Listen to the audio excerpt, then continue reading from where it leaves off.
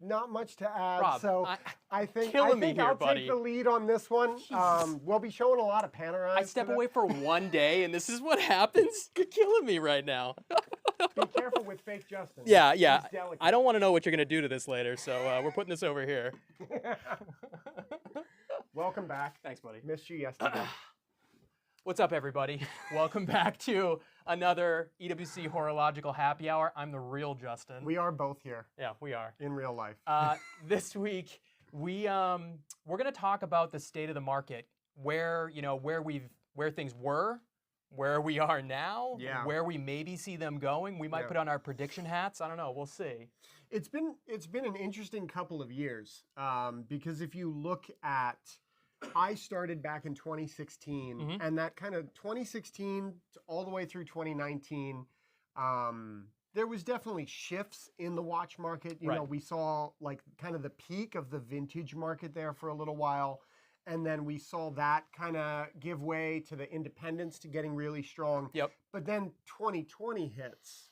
And all hell broke loose. And it's a brave new world, right? So in 2020, this little thing called the pandemic happened. Everybody was locked inside their house. The pandemic? People couldn't leave. People weren't traveling. Yep. People weren't going out to eat. They weren't like buying fancy suits for work. Everybody had lots of spare cash hanging around, and they needed things that they could do at home and communities that they could still feel a part of while at home. Right. And I think one thing that has made watches so strong over the past couple of years is the sense of community. That's the reason we're doing this and we're here with you now. Exactly. Is because we want to embrace that community and talk with you guys and, get that kind of feel to it, because otherwise it's like, it's just stuff. And I think there are you're right. It's just, come on, fundamentally, this is not important stuff. Right. This is not, we're not curing cancer. We're not, we're not fixing the hole in the ozone layer. We're selling watches. They're fun. We love them, but at its heart, it's a hobby. Right. So it's not necessarily life and death. But like you said, I think obviously before the pandemic, Instagram, huge part of the, the drive to kind of get younger people interested and involved in watches. And then the pandemic really turbocharged that. And I know from personal experience, I have plenty of people that started off as clients here at EWC, and then over the course of the pandemic, because we weren't necessarily, seeing each other in person or even talking on the phone all that much, I interacted and I continue to interact with a lot of people on Instagram that I met through the watch community. You know what I mean? So I think, obviously the pandemic changed everything, but it played a huge role in kind of shaping the watch market, shaping the watch community where we're going. And like we said, it totally reworked prices and what people valued and all those kinds of things. It created a new market because you had this sudden uptick in demand. Yeah. And a huge reduction in supply. Right. Because you couldn't get anything. Right. The ADs, most of them were closed. Right. Eventually you got to the point where people were working like we did, like working online and then shipping. But a lot of places, like all of the local places here in Boston that are like brick and mortars that rely on foot traffic and things like that, they just closed and laid everybody off. Well, I think even more importantly, and we've talked about this a million times, but beyond just boutiques and retail locations, manufacturers, they had to shut down their factories, or even if they were still running, they had a really hard time getting raw materials. They had a really hard time getting all the components that were necessary to create, whatever, name it, name your piece. And again, because everybody was stuck at home, people weren't traveling, they had all this spare cash, watches were something that you could still do, could still buy, could still enjoy, but the supply wasn't there. The supply was not. That's a very long-winded way to say that over the course of basically 2021 through 2023, prices in the watch market went completely insane. And I think across the board. It's funny to think that a lot of people came to it at that point. A lot of people came into this hobby during the pandemic, and that was their first experience, which to me is really wild. Yeah. Because now we're in a very different market. Yeah, right. So one of the things that people ask us every single day. Mm-hmm. All the time. I think of a few, but what do you, are which always direction are you saying, going here? What do you guys think of the market? Where is the market? Where are we headed? Are we at the bottom? People talk about the bottom a lot. That's why we decided to go with a nice affordable beer today. We got some Gansett here. We got some Gansetts for you. So we decided the market is down. We decided to slum it. Quality is up, Adam says. Actually, I don't know if I agree with that, but cheers, my friend. Cheers to the market, no matter what the state. Cheers, guys. Hopefully you're enjoying something at home. That was a screw top. Warm Gansett. Was it a screw top? That was a screw top. Yikes. Yeah, so you're right. Everybody asks us, what is the state of the market currently? Like you said, is it the bottom? Is it going to go lower? Whatever. And, I think the market inherently is still strong. We still see strong demand across the board for good quality pieces. That being said, the prices that the market is now, whatever the market price for pieces that may have been crazy even 6 to 12 months ago have come way down. Yeah. Because, watches aren't the only thing that people can do now. You can travel again. You can go out to restaurants again. You have plenty of other ways to spend your extra cash. Right. So there are fewer people trying to buy, a limited resource. So again, there's more supply. So prices are coming down. And from Econ 101. Exactly. Right? I know, right? Yeah, Professor Johnson over here. But, I really think that, this new reality has kind of driven the flippers is kind of a, pejorative, but it's not so much people looking to buy an OP, a Rolex OP, and immediately turn it for a 50% profit or a 60% profit. That doesn't exist anymore. So we've really moved back to, a market where people are buying pieces that they actually like. Yeah. Imagine that. We've got like the true collectors, the true enthusiasts are back in the fold. I think all of you who are watching, you're probably one of us. So you're probably in the camp that I am. I actually wanted to start with that one. Okay, I was gonna say, so we actually, part of the reason why we decided to talk about this was we, grab you want that one? I want to actually go back to that. All right, so first off, we got, Let's talk about journalism. Journalism? So anyways, this is Morgan Stanley's annual State of the Swiss Watch Market report. Light reading. Just some very light reading over here, but some really interesting stuff. Some things that are obvious that anybody could have guessed without even having much of an idea of what's going on. Other things people may not necessarily have known. Robert, you in your hand have what is that? A Financial Times article? This is an article from the Financial Times that a customer sent us that we were checking out, and I found a couple of interesting points in here. You can see we've highlighted some stuff we want to talk about. Highlighted. I did my homework. I don't know about Robert. It's the royal we. It's the royal we. The first thing that hit me with this that I think is really interesting is what did they choose as this front and center piece here, but that plasma diamonds Tag Heuer thing. Oh, God.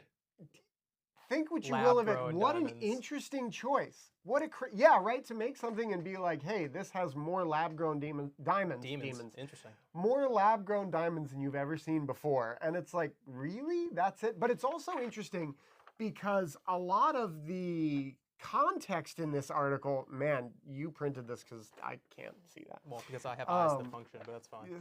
Youth. You're like 2 years older than me, bro.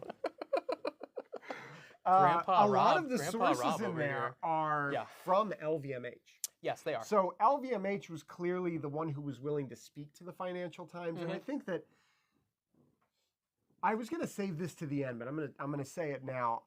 Before I did this, many of you know I was in the music business, and I was a professional musician, and there has always been nothing but like doom and gloom in the music industry, because it's like, there's the whole DJ thing, and it's like, oh, the wedding bands are going out, nobody's going to make a living on music anymore, it's all done. And then you get the next thing, right? You got Napster, that's it, the music business is over, we're done, it's finished. Now you have AI music, it's like, oh, we're all done, hang it up, it's done, start selling watches, whatever. Nothing has stopped. Things have changed, and people have adapted. Right. Human beings are very adaptable critters when they want to be. And that's what's always going to happen, is we're going to keep doing the things we like. We're going to keep buying and consuming the things we like, but we might do it in different ways. Yeah. And so there's a lot of like, oh, where's that bar? Is it on here? That bar graph of like the up and the down. Yeah. Give me this little camera here again. This is super high tech, guys. Thanks for bearing with us here. They've got a little graph here that shows 2021, and then as we get to 2022, so this is that 2020-2021 pandemic year. This was probably March of 2022, and then where we are now. And so there's a lot of like doom and gloom over like the watch market is collapsing. Nobody likes watches anymore. Not true at all. Again, it's all a matter of how you frame it. So yes, if you are someone who is looking to invest in watches, which like I hate when somebody tells me that they're looking for investment watches, because you should not be looking at a luxury item, akin to a collector car or a handbag as an investment vehicle. But, yes, if you are somebody who is coming to the watch hobby from that place, then yeah, the market does suck right now and it is not a good time for you. But for all of us who actually love watches, collecting is a hobby, we want to have the opportunity to buy things. This is an incredible time to be yes, a watch is not an investment instrument, yes, right? If you correct, want Robert. that, you should go buy some index funds or something. But you can't help but consider the fact that it is a good chunk of change. Sure. Everything on this table is a good chunk of money. Yes. And you are, in a way, parking that money in something. And I think one of the real advantages of watches is that you are pretty much always going to have some level of return. If you're buying stuff on the category of the things we have on the table here, if you're buying, even if we look at the lower end, if you're buying IWC or like some of the lower end Cartiers or Tudor or something like that, it's not, this is not a disposable watch, which we're going to talk about those too, because those have been important as well. They have been. But this is not a disposable watch, right? This is a watch where if you wore this for a couple years and then you were like, oh man, I need some cash, you could sell this and there are all those stories about, war correspondents and whatnot, in the 70s all through today, who when they went to, say Somalia or something, they would make sure they went with a Rolex GMT on their wrist or whatever it was, because it was essentially as good as cash. You know what I mean? If I find myself in a hard spot, I can get rid of this, and that idea applies to anyone, anywhere. Yes, you're right. It is a place to park cash. And I think ultimately, it's just like with the stock market. It's how you play the game. Are you buying index funds and mutual funds and playing the long game, or are you trying to turn and burn? If you're playing the long game and you're buying the things you like and you keep them for a while, I think most of the time you're going to be in good shape. 100%.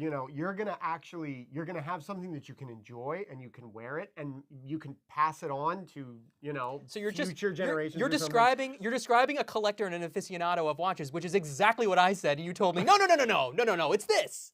We're saying the exact same thing. We're just yelling at each other. But I don't want to make the blanket statement of watches are not investments, because you are investing money in something. If you buy a Gronfeld, if you buy a vintage Blancpain, if you buy a vintage Patek, which is this one, that is like you are investing some cash into that watch. So, and I think ultimately the analogy, you're gonna be okay. The analogy, that we always use. Hey, somebody on YouTube asked us to bring back Cardboard Justin.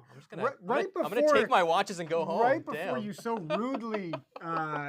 Cut you off, swiped away your better looking counterpart. No, I was gonna say that like this is gonna be nice because I can do whatever I want to do. Bastard. What I was gonna say before Rob decided to make fun of me was, it's exactly like the collector car market, where you don't go out and buy a Ford Pinto with the expectation that it's going to appreciate and that's going to be an investment that you're going to make money on in the future. If you're looking, if that is what is important to you, you need to be looking for collector grade, important things, whether it's a car or a watch. But that's really tough because we all know, I've heard the stories, I should say. We have heard the stories and have spoken to the guys who like bought FP Journe in 2002. Yeah. And the guy somebody said, guy that bought Bitcoin, and somebody 10 years said, ago. why did you buy this? Why didn't you buy a Patek? Why didn't you buy, whatever it was, a Vacheron or something? And And at the time, it felt really risky, Sure. right? And same thing with Bitcoin, right? Like Bitcoin felt really risky. How you feeling, Rob? I'm feeling. How you feeling with your Bitcoin, fantastic. buddy? I think it's almost time to buy more. By the peak. I'm looking for Robert the peak. by the peak Russell. Where's the peak? But that being said, so again, to bring it back to watches, which ostensibly is what we are here to talk about, you don't buy this IWC Pilot Chrono thinking, I'm going to buy this, I'm going to keep it for 10 years, and then I'm going to sell it, and I'm going to make money.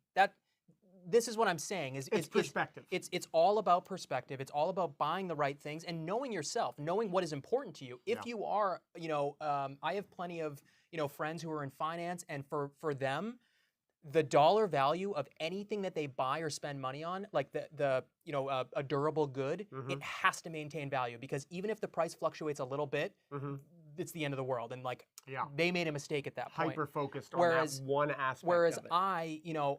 I thoroughly appreciate, like if I buy a piece, the only time that I'm going to be mad or feel like I made a mistake is if I am not wearing it, enjoying it, getting any kind of satisfaction out of it. If I, like any of my pieces, I wear them a lot and they bring me a lot of joy. So even if this watch, if it came time and I had to sell it and I lost whatever, name your percentage, yeah, it might hurt a little bit for a day or two, but I'm not going to swear off watch collecting because I lost money on something. Right, but you and I are aligned on this, surprisingly. Whoa. But there are a few things. But you and I look at it as like we've owned it, we've enjoyed it. Yeah. And there's something to be said for that. Of there course. is value in me owning it and enjoying it. And I agree with you 100%. All right, so should we talk about watches? I was going to say, let's show some watches. Yeah. Let's talk about a few of the things we brought here that relate to the market. We have some watches here that have had some crazy rides. Yes. I think that's where we should start. We should start with the pieces that have had the craziest rides. Talk about some stuff that's really, and in some cases we have stuff that like maybe you should have looked at this, or maybe in the current market, this is where you should be looking. Absolutely. Right? I mean, everybody knows the big ones, obviously. Let's start with the obvious. You got, what? Really? Okay. Wouldn't these? Not that. You don't think as so? much. I mean, over maybe this or this or this. That's the biggest. All right, I'm starting here. All right. I'm starting Go for here. it. So the biggest market mover, especially in the beginning of the pandemic, was a little company called Rolex. They make a few watches a year. What's the estimate there? Please tell us. In this Morgan Stanley report, we had some really interesting kind of estimates on the number of pieces produced. So actually, interestingly, I want to ask, the internet, I guess, or, Instagram, YouTube, what do you guys think? So what do you guys think Rolex's percentage of the Swiss watch market is? Because when I generally knew, but when I saw the number in black and white, I was fairly shocked. If anybody knows, if anybody's paying attention, I'll tell you in a second. Robert, talk about the Daytona. So the Rolex Daytona, this is a watch that to me has always been really interesting because this is kind of the pinnacle of modern Rolex. Whoops, sorry about the glare. In my opinion, it should be the day-date. Like the day-date should be the Rolex that's on the pedestal that you have to work really hard to get, but it's not. Traditionally it was, though. Traditionally that was. Within the last, even the Daytona, right? I was going to say Daytona went automatic. I was going to say, honestly, I think it was even after that. I think it was probably, yeah, you're right. No, sorry. Maybe the 116520, I would say. Hold on, our fearless leader is in the room, Albert. When the Daytona was first automatic, like the Zenith Daytonas, could you walk into a dealer and buy one of those, like in the 90s? You still couldn't, right? It was still a weightless watch. $8,000 retail, and you still couldn't buy one. Oh, $4,400 retail, but $8 on the secondary. Yeah, incredible. So ever since they went automatic, you could never just walk in and buy this. And this became the gold standard for Rolex.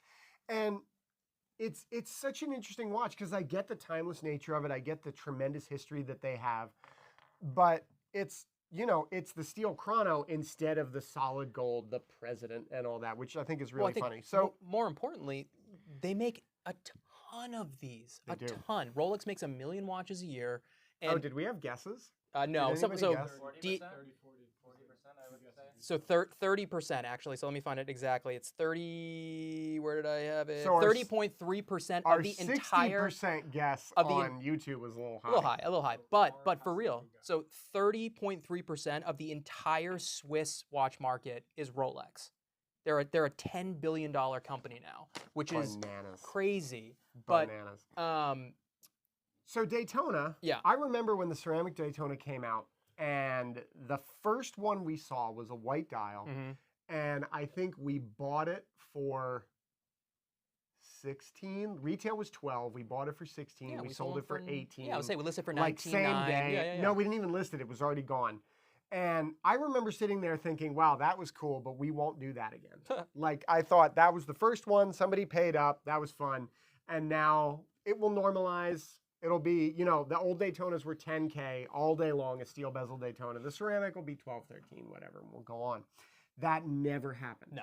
That never happened. And we never sold another one for 18,000 again, I don't think. I mean, I think we're probably, I mean, obviously we're not close, but we are the closest we may have ever been since it was initially launched. To getting back to retail. To getting back to, you know, a closer to retail kind of price. It's still nowhere near it. For those of you who were watching the market in 2021, what's the highest price you remember seeing? That's actually a good question, yeah. Right? Like what is, because everybody lists them differently. I remember our highest list on a Daytona when we hit February, March of 2022. You remember what that number was? Because I'm going to look right now because I don't I remember actually. getting to the high 50s. That's exactly what I was going to say. I remember. Mid-50s. Yeah, I remember 50. Yeah. Let's not tell the people that, Albert. I remember 59.9 at one point. There was a rumor about it being discontinued that threw the market into a complete tizzy. It did. Didn't happen. And I never take much stock in the Rolex rumors because as long as I have been working here, they have all been wrong. No one they ever have knows. all been wrong. Yeah. So that went from, you know, call it that first one we sold at 18, all the way up to 60. I don't know if anybody bought one at that price, but they were being advertised. Yeah, and now 3 years later, we're back to right around 30K. We're like in the 30K is roughly where a good 116500 LN white dial full set lists these days. Yep. You know. Yeah, and then newer you get a little bit more. Sure. Naked you get a lot less, but you get the idea. So so that was really a big kind of crest there, and it's not quite as big as some of the Pateks we're going to look at, but for the price point of this watch from a percentage standpoint, it was insane. It's bonkers. Insane. It's bonkers. I mean, and again, it's a steel sport watch from a brand that makes 1 million watches a year. This is not a rare. I mean, it pure and simple. It was a status symbol. Yeah. It was an I can get my hands on this, or I have the disposable cash to get one of these. It is an incredible watch. I love the Daytona. I would probably go with a 90s. You know, if I couldn't get myself a Zenith, I'd just grab the in-house model that followed. I love the Daytona. It's just it's a perfect watch, but the premium was completely insane. To me, it was too much for what it was at that point. Yeah. It didn't make sense. And I think that's part of the reason that the market has now readjusted. And the same thing happened here. No price point was immune. This is the Tudor Pepsi GMT, which was a fantastic offering from them. Can you look up retail for me? For the Tudor GMT. Yeah, of course. Red and blue bezel. You get a couple differentiating. I want to say it's like 3850 or something, but let me see. Okay. You get a couple differentiating features. You get the snowflake hands, which I think are really pretty. You get the diamond on the end of the GMT hand. $3,900. It's almost like I know what I'm talking about. And the top for these was 7,000. Yeah, around so there. like even a Tudor, which is a watch that exists at a price point and for a very good reason, because it is a very good watch. Also, we're trying a different camera setup, and I'm putting the watches on my right wrist to show them. Does that bother you? Are you affected? Let me know. What? Dear Abby over here. Well, we got to give the people what they want. If that's not what they want, we got to change it. Someone called that the Diet Pepsi. That's actually very funny. I like that. Funny. Yeah. This arm down, you think? Yeah, that's good. Okay. I mean, it's a great watch. It's a great watch. We've talked about how much watch Tudor is for the money. Yeah. But key word there being the money. Yeah. At $3,900, you can't do much better than that. Well, so during pandemic, you couldn't get it, right? Right. You could not walk in and buy this Couldn't watch. buy any of these. It was insane. And now you can buy this watch. And so this, I think, exists at a discount. Yeah, in the secondary yeah, we sell them at a market, right? discount, We yep. sell these less than retail, which that to me, if I'm looking for my first watch and I love a Pepsi, but I don't have the funds for a Rolex yet, all day long. Yeah, 100%. All day long. It's a little bit bigger, and you lose a little bit of the refinement, but that's to be expected when you're building a watch to a price point. But so before I started working here, so I started here in 2017, and before I started, my first real watch was a Tudor Blancpain. Yeah. You know, the original one, you know, the on the bracelet, not the rivet style, Black you with know, the gilt, black right? with the gilt, and it was great. Yep. You know, it was a little too big for my wrist. It was, you know, like you're saying, it was not quite as elegant as, you know, a sub or, you know, anything else, But you know. that's the trade-off. But again, it still felt special. It was a great watch, and I kept it for a while, and then I ended up selling it on the forums, and I think I got out even money on it. You know what I mean? And Like it's one of those things. You always have to put it in that lens of perspective of like if you were playing below that price point and you were buying like I'm trying to think of the stuff Citizens that exists. or something, or Longines. Yeah, I mean, like Longines. Yeah. That's a good one, actually. Like Longines, or like I had a Steinhardt, which was like my first Swiss watch that I ever bought. Steinhardt Swiss? I thought it was Chinese. No, Okay. thank you. That Okay, had an all right. ETA in it. Okay, Thank you okay. very much, sir. That had an ETA. I was a broke musician. They're not German? They're not German. I guess it's the German side of Switzerland. It's probably a shell company. But but Anyways. coming from like cheaper stuff, you move into that, like coming from a Swatch to a Steinhardt, I was like, man, this is a well-made piece of kit. You know, and it's the same thing. Like if you then went from the Steinhardt to the Tudor, you'd be like, man, Giant this is a leap, yeah. well-made watch. This thing is solid as a rock. Then you go from that to like IWC Omega, and you're like, oh, this is a little bit nicer. And then you're in trouble like the rest of us. Well, all right. So because you mentioned Swatch, I think we should talk a little bit about Le Swatch Group. Group and some of the interesting things that happened in 2023 and the effect that it had on the overall year-end numbers. 3, 2, 1. It was on a Got bracelet. that guy. I knew we have a couple of Speedmasters here. We also wanted to talk a little bit about the manufacturers and their approach to making watches and how they're looking at like this modern era of watches in the modern market. So we have 2 Speedmasters here. You were going to talk about the other Speedmaster in the room, the plastic Speedmaster in the room. So, you know, we have a lot of clients who are, you know, even though they're big players when it comes, you know, whether it's Patek or, you know, they have very good taste with high-end Swiss watches. I'm going to set the hands on this watch even though you can't see It them. doesn't even matter. You know, they still, for whatever reason, they love Omega and they love Speedmasters and they love, you know, everything that, I don't know, it's just a great everyday kind of bang around, you know, watch. And I heard a lot of complaints when Omega introduced the MoonSwatch, you know, when they announced their partnership with Swatch. There were a lot of really pissed off Omega clients because they thought and they said that it was cheapening the brand, which, you know, Omega already makes, you know, 12,000, you know, limited editions that are each come in, you know, 8,000 edition or piece editions. So, like, I don't really know how much merit I give that argument.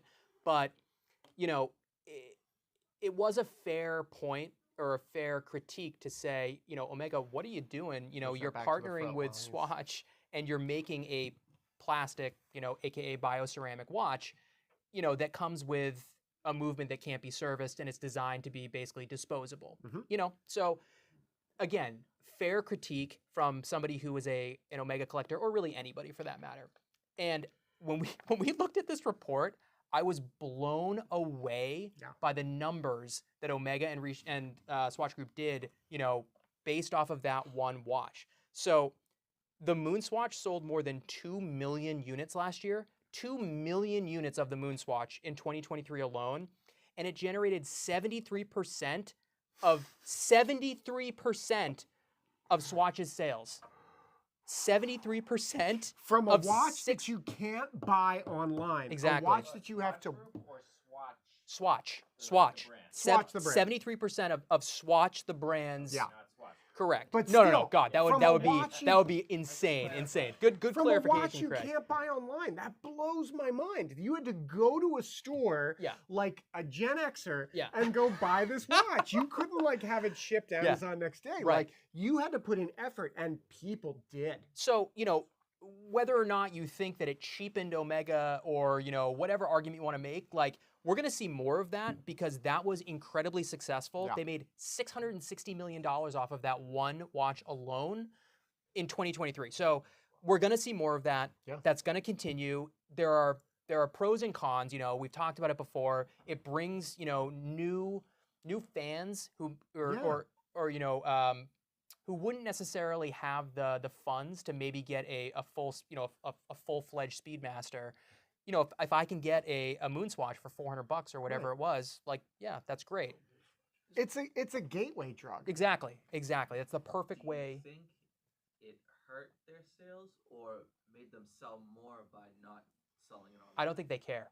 What does it matter? That's a really good question. Do you think it made more of a buzz that people had to go there? Or Yeah, like the fact that it was hard to get. The fact because that I mean, think back to all of those articles with photos of lines wrapping around the block and down the street in Manhattan and cities around the globe. Yeah. Of course, that's just like, that's free publicity for Swatch, for Omega. That's a huge win for them. And even though $200, $400, those plastic Swatch collab watch prices are not necessarily luxury prices, the luxury market works on scarcity. Sure. Right? I don't care if it's handbags or watches or cars or diamonds. It works on that model. So I wonder if that probably did. You're probably absolutely right. Maybe that was the play and maybe that was it. So we have two real Speedmasters here from Omega. I shouldn't say that. Real Speedmasters. They have real movements. We have what I consider to be one of the best Speedmasters that they've made in the recent era. And this, this is something a lot of companies are doing. They're getting back to the roots. They're getting back to the vintage. We have a Speedmaster in a 39 mil case with no crown guards and straight lugs. Flat link bracelet. A really beautiful flat link bracelet, actually. It's thin and it's nice and it contours. It's got nice finish on it. And check out that display back with a movement that is actually nice to look at.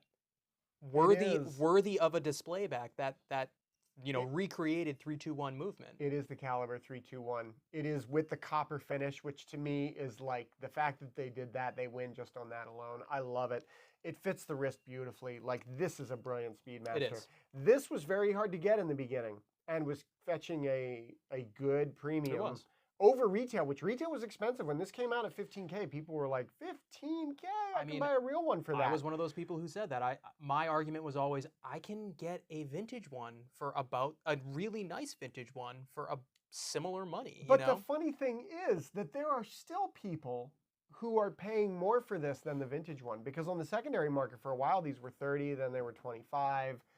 Where 22 now. Now we're right around 20. I was going to say we're in the low 20s now, which is still kind of more than most of the vintage ones go for. True. So that to me is really an interesting data point right now for where we're at. And then we thought we would contrast that with this.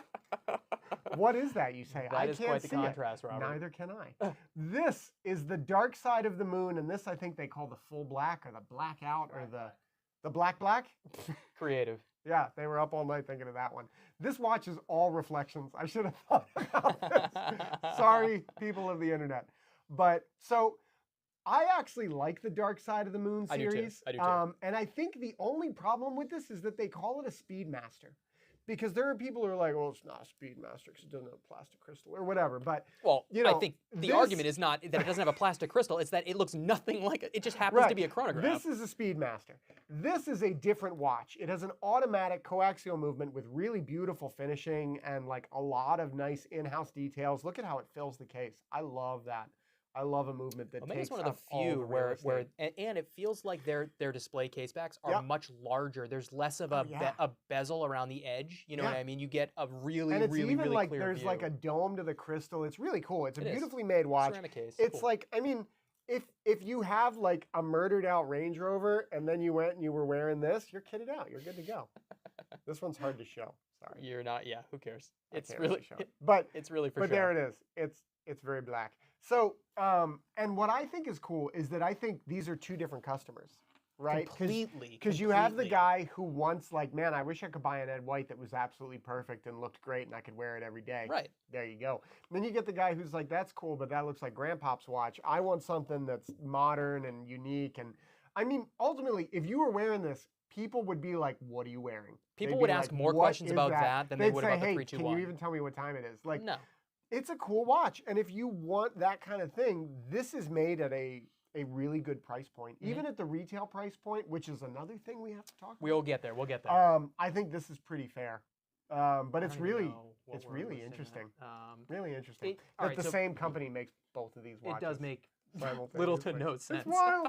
and someone said, I think Wineset Wear said, yeah, it's two different customers completely. And exactly. That is, those two watches are made for completely different people. Feed you're on. Hi, Josh.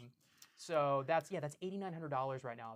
The Dark Side Blackout retail is. Do we have a Milgauss? I don't know. I don't think we have one in the store. I don't know. Yeah, MSRP's $12,000 on that, so that's a significant discount. And that's less than the Ed White. And I understand why in terms of the movement, but it's kind of interesting that the ceramic case, fully in-house automatics, is less than the 321. And I get that that movement takes a lot to That's make apples and oranges. That comparison doesn't work. I think, so after talking about that 321, we should talk a little bit about vintage. The vintage market. We have two excellent vintage pieces here. We have some, and we've seen some incredible vintage stuff over the past 3, 4, 5, 6 months. And unfortunately, and we've, incredible quality, interesting pieces, gilt dial, small crown subs, 3700s, these vintage Blancpain, Aqualungs. We've had a couple of nice vintage Speedies. 70, super interesting stuff. And we've priced them incredibly competitively.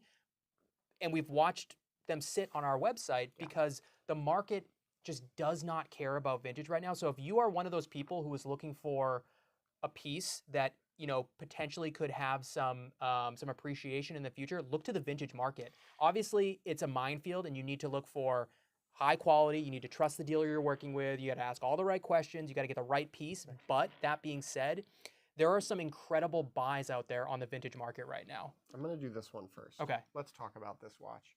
And this also pertains to the current market because one of the things Blancpain did really, really well in the past couple of years was they brought back a 40mm 50 Fathoms. Yeah.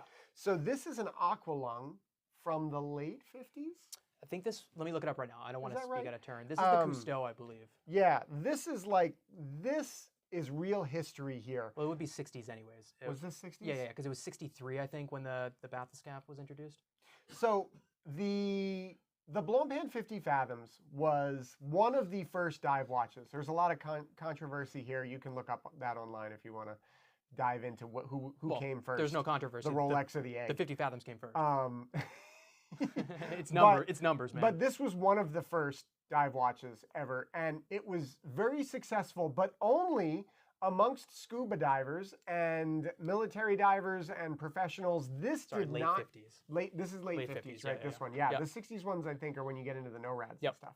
This was not a huge commercial success. So these watches are not like Rolex subs, where you see Rolex subs everywhere because they were sold in the jewelry stores and people would buy them because they'd wear them every day to go to work and they were cool.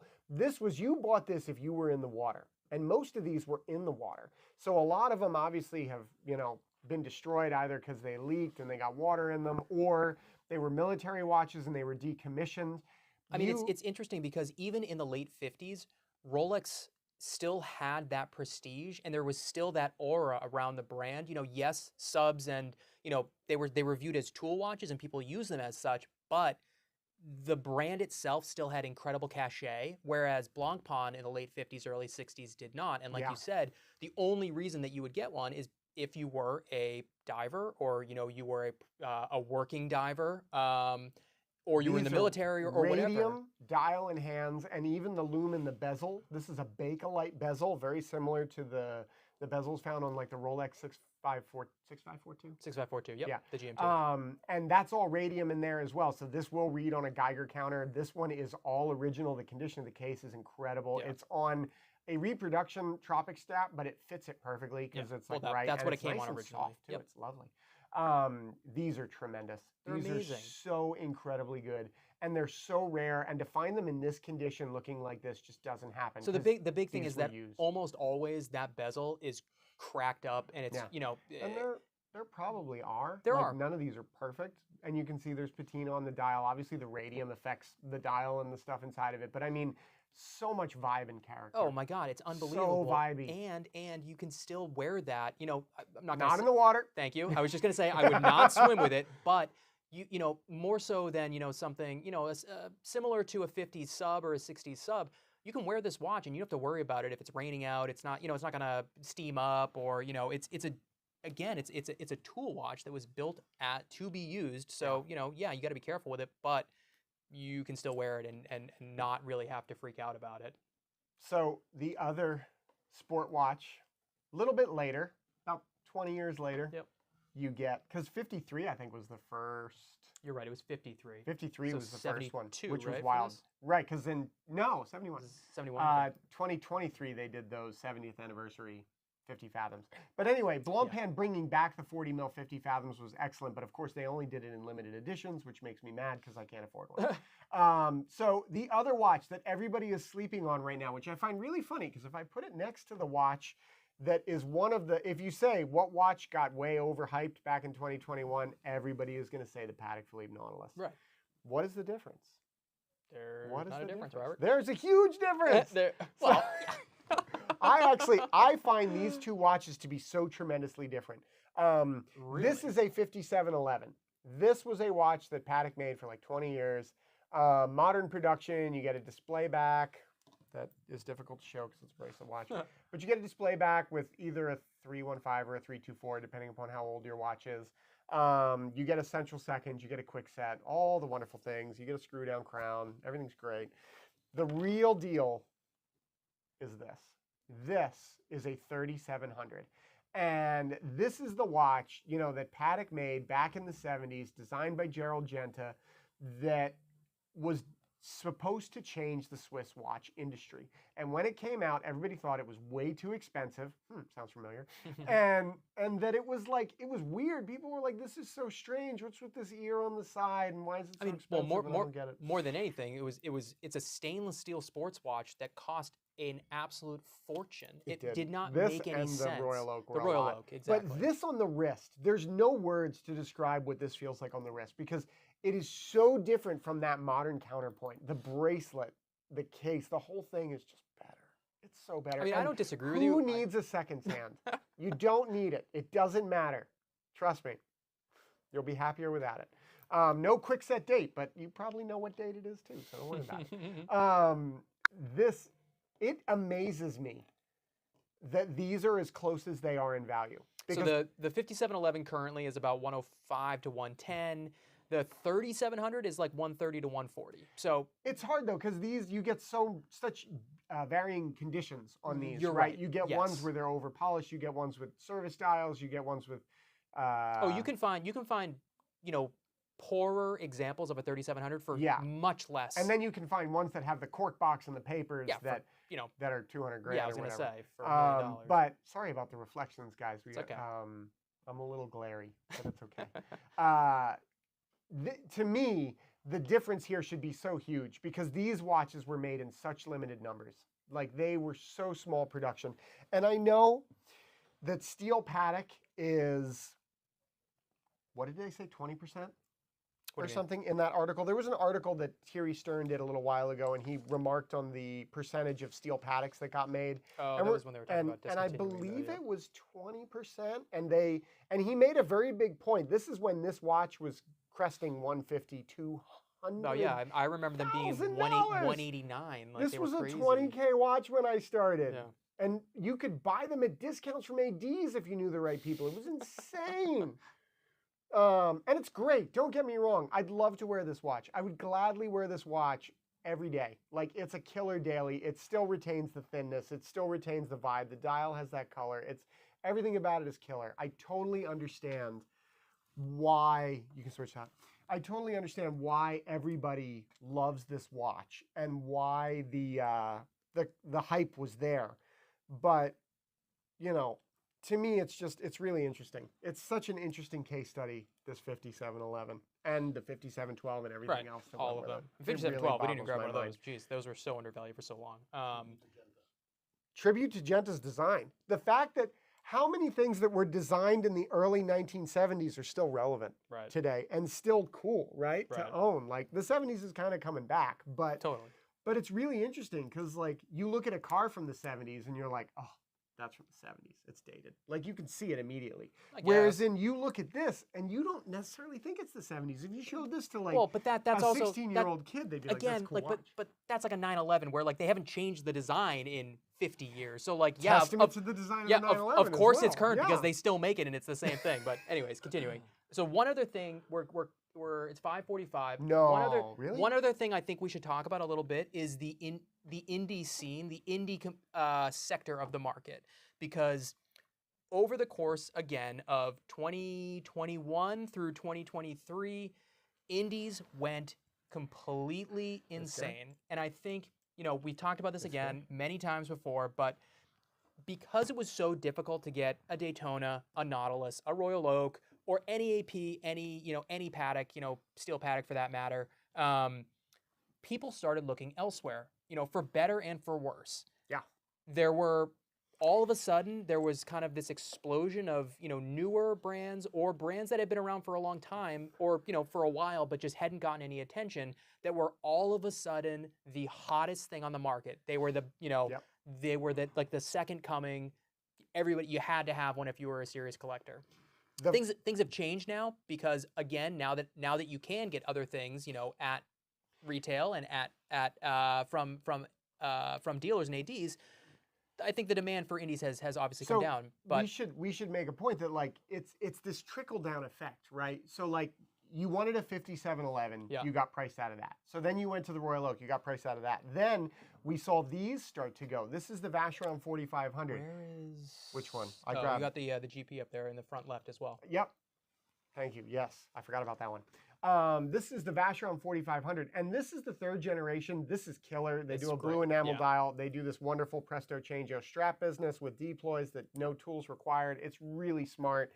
Micro adjustment. Look at this. Super cool. Bink, bink. Yeah. It's amazing. They're doing really good stuff. It took Patek however many years to finally get to that. That as great as that watch is, it was not worth the prices that the market So was I saw demanding this for them. hit 60 as well. Yes, exactly. I saw this hit 60. It might have even gotten to 65 at one point, but this has now come back down. This was a 20K watch before that. Yeah, and not quite as big as a jump, but this had a jump. Then you got priced out of that because that was 60 grand, and people started going here. And it was like, whoa, I haven't thought about GP in 20 years. Well, so it's funny. Like I remember, again, before I was in the watch world, before I worked in it, I remember loving APs and loving the Royal Oak, not being able to afford a Royal Oak even at the old price, and learning about the Laureato and thinking, oh, that might be an option for me because I can't afford a Royal Oak. You know what I mean? Can I say something in defense of the Laureato? Go ahead, Craig. Unlike all the other modern watches, which are just copying Genta,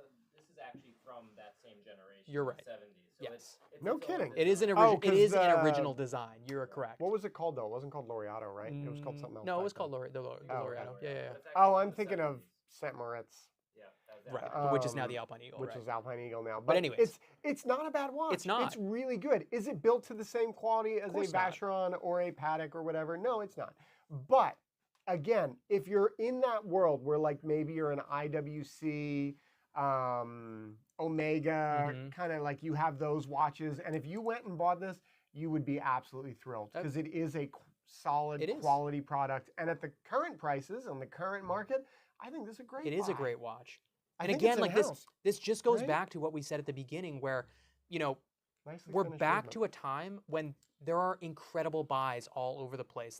You can get so much watch for such a good price. And you had the indies, which is how we started this. Yes. And then tangentized as we do. And even, I mean, we saw it happen with MB&F with Gronefeld, which we have on the table. We saw it happen with Moser, with Parmigiani, with and then a number of other, much smaller brands that I honestly don't know if they'll have the staying power that even say Parmigiani has had, or I think will Well, have. Parmigiani was around before this watch. Of course they were, yeah. There was the Tonda 1950 series, but when they came out with this, which is the Tonda PF, that put Parmigiani back on the map, and everybody was doing it at this time. You have Parmigiani, you had the Chapek Antarctique, That came you after. had, who else came onto the scene? Moser with the Streamliner. Everybody was going integrated bracelet because that's where the demand was, and I don't blame them. Right. That's Econ 101 all over again. This is an exceptional one because this is the skeleton in the steel case. Yeah. This is like, because you look at the prices of those Royal Oak skeletons and they're immortal in some degrees. Yeah. And this is really cool. It's super slim. It's super comfortable. The it's not really a fluted bezel. It's kind of like a coin edge almost. It's yeah, really, it's like it's in between. It's but cool. It's super cool because you never see that on this What I style also, watch, what I and they do really it love about nicely. this piece as well with the skeletonized dial is you get those rose gold accents from the hands and the indices, and it might not, you might not be able to show it all that well, but in person, it pops, and it's really It's interesting. legible. And what I also really appreciate is I hate skeletons where I can see my arm hair through them, and I'm not even a hairy guy, but this one is really nice. You get the full skeletonization, but you're not looking at your skin underneath it, which is cool. Yeah, because it's busy, and you get the rotor, you get a skeletonized rotor in the back as well. Really nice bridge work. Like, this is a cool watch. But these also went like absolutely through the roof. People were asking like 2x retail and things like that. And they have since come down. This, I believe, is at a discount to retail, which yes, is it is. But nice. well, and this brings us to another point that we talked about is that retail prices as a whole, and I think they're very optimistic. And I think no matter what price point you're at in the market, if you look at the MSRP, the original, from the AD, from the brand, manufacturers really kind of took advantage of the situation during COVID and used it as an opportunity to increase their prices. And to be totally fair, a lot of that was necessary due to inflation, due to the difficulty of getting materials, and just demand. Like, of course, like the market, the price is whatever somebody will pay for it. So I don't fault these brands for increasing their prices, but we end up in a situation with, say, IWC, who increased their prices fairly dramatically, and I think they actually did themselves a disservice because they're, I really do. If you want to show off that Pilot Chrono, this is a great piece. This is the new style of IWC now. So you've got a very traditional kind of look in terms of the dial and the hands and the case, but then you flip it over, and for the first time ever, you're getting display backs on these with a fully in-house movement. This is not a 7750 anymore. You have a reworked quick change strap system that actually works now, not like the old IWC ones that would just fall off and, land your watch on the ground. I can't do it from this angle, but I'm trying to do it while showing it to the camera, but it does. It comes off very easily. Even the buckle has a quick change mechanism to it. Like, a lot of brands are going this way. What I really like about the IWC is that, say you have a strap you really like, this is not a system that is so bespoke that you can't put a standard strap on here. Let me see if I can get this to trigger. But to kind of get back to, it's a regular spring bar. So you can still put a standard strap on there if you want to, which I really like because I like to use branded like straps from other makers. Yeah, I and like to things have like options. That. And you can choose to use these clicky IWC straps, or you can choose to use regular straps. But again, so to get back to the MSRP piece of it, again, brands really increase their prices, and I think they did themselves a disservice when if every single piece that you sell, or the vast majority of the watches that you sell, are available at a significant discount on the secondary market, why am I paying a big premium to buy it brand new? Like, there are some people who have to have it brand new. They have to have their name on the warranty. That's fine. If that's you, that's great. Like, if that's important to you, then you're going to pay up for it. But I think they basically are trying to position themselves or reposition themselves. Yeah. And now, they used to be, in line with, say, Omega or even Tudor to a certain extent, and even quality-wise. Yes, they're doing good things. They're doing interesting things. But I don't think the product justifies this large leap in MSRP. I think IWC is actually still okay. I was looking at some of their retails. I think they still price fairly reasonably. I Okay. actually have issues with Jaeger right now. Yes, Jaeger 100% is doing a I massive think disservice to the brand. Jaegers are a little high. I Yeah. think Longa. But Longa for years they have been high. Their I don't MSRPs are know. almost I feel comically like high. they've really gotten, they've really gone up a lot recently. Well, And so it's- interestingly, even Rolex. So Rolex increased their prices in Europe this Mhm. past year, in the beginning of this year. Mhm. Their planned U.S. increases did not happen because they recognize that we cannot Wow. this will hurt our volume, so we Hmm. cannot increase them by the same margin as we are doing in Europe. That's so unfair for those people in Europe. Well, hey, I don't know, I America, guess baby. the I don't know. euro's stronger. I don't know. Yeah, win for us. Yeah, exactly. It's such an interesting landscape, and I know wow, 5 minutes. We I got know. to start wrapping things up.